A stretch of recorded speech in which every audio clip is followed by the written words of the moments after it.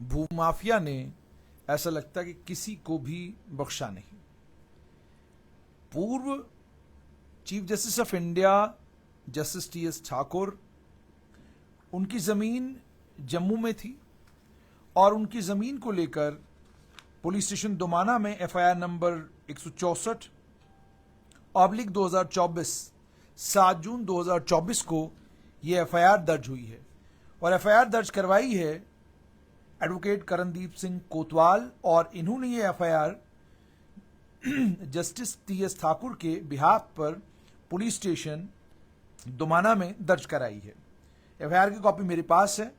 उसमें उन्होंने यह आरोप लगाया है, पहले यह कहा है कि मैं एक वकील हूं जो इस वक्त जम्मू कश्मीर लद्दाख हाई कोर्ट की जम्मू कश्मीर लद्दाख हाई कोर्ट में प्रैक्टिस कर रहा है और मैं ये एफआईआर जो है जस्टिस टी.एस. ठाकुर के बिहाफ पर दर्ज करवा रहा हूं।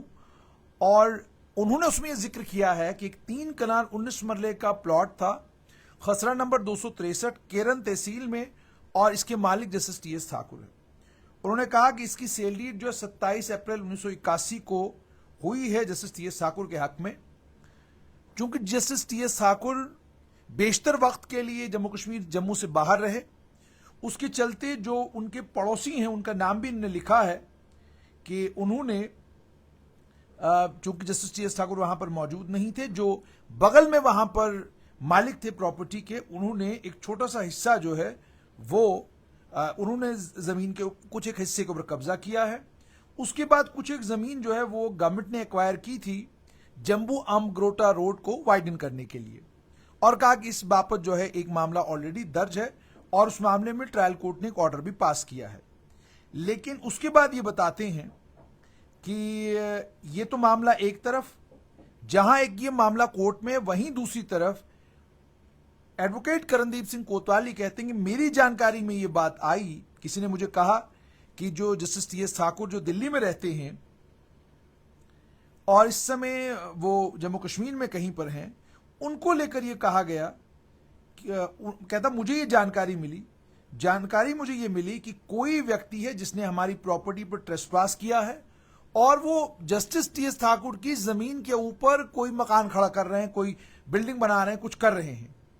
तो कहता मैंने फौरन जस्टिस टी.एस. ठाकुर से राब्ता किया, उनको बताया कि भाई आपकी जमीन के ऊपर कोई कंस्ट्रक्शन हो रही है, क्या इसकी इजाजत आपने दी है, क्या इसके बारे में आपको कोई जानकारी? तो जब उन्होंने साफ तौर पर कहा मुझे कोई जानकारी नहीं है, और उन्होंने कहा कि आप फौरन एक काम करें, इस मामले में पुलिस से राब्ता कायम करें और इस मामले में आप एफआईआर दर्ज करें।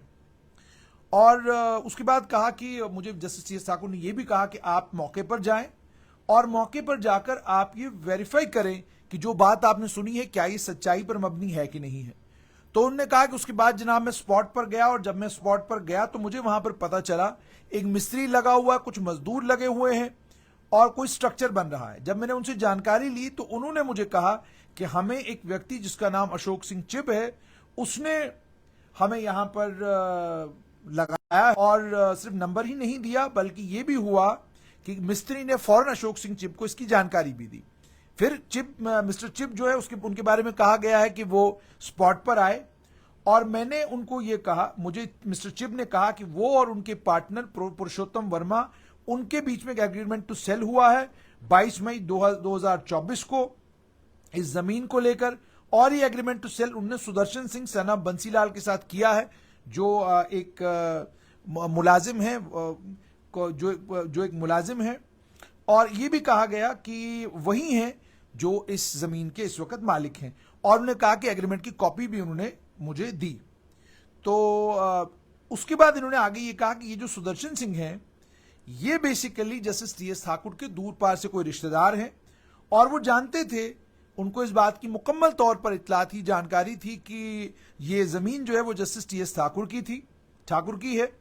और ये भी उन्होंने बताया कि उनके जो बेटे हैं विशाल सिंह सुबेरिया, जो इसके marginal witness agreement to sell के, उन्होंने अपना एक कैंप लगाया है प्रॉपर्टी के ऊपर और दुकानें बनाने के लिए वो जमीन दे रहे हैं। और ये भी बताया गया कि पेमेंट जो है चेक के जरिए और चेक के जरिए उनको दी गई है, और कैश में ये भी कहा गया कि चेक अभी तक कैश लेकिन नहीं हुए हैं।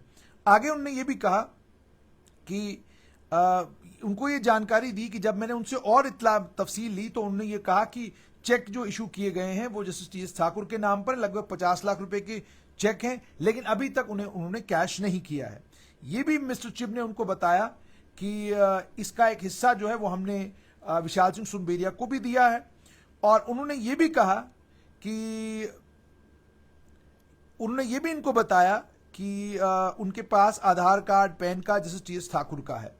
तो इसको लेकर उन्होंने ये कहा है कि जो सुदर्शन सिंह हैं उनके पास ये कार्ड नहीं है, बल्कि जो रमनीक सिंह हैं उनके बड़े भाई वो पीएसओ के तौर पर काम किया करते थे जस्टिस टी एस ठाकुर के साथ, तो वो टैक्स कंसल्टेंट को इनकम टैक्स के डॉक्यूमेंट के सिलसिले में ये तमाम कागजात उनके पास रहे हैं।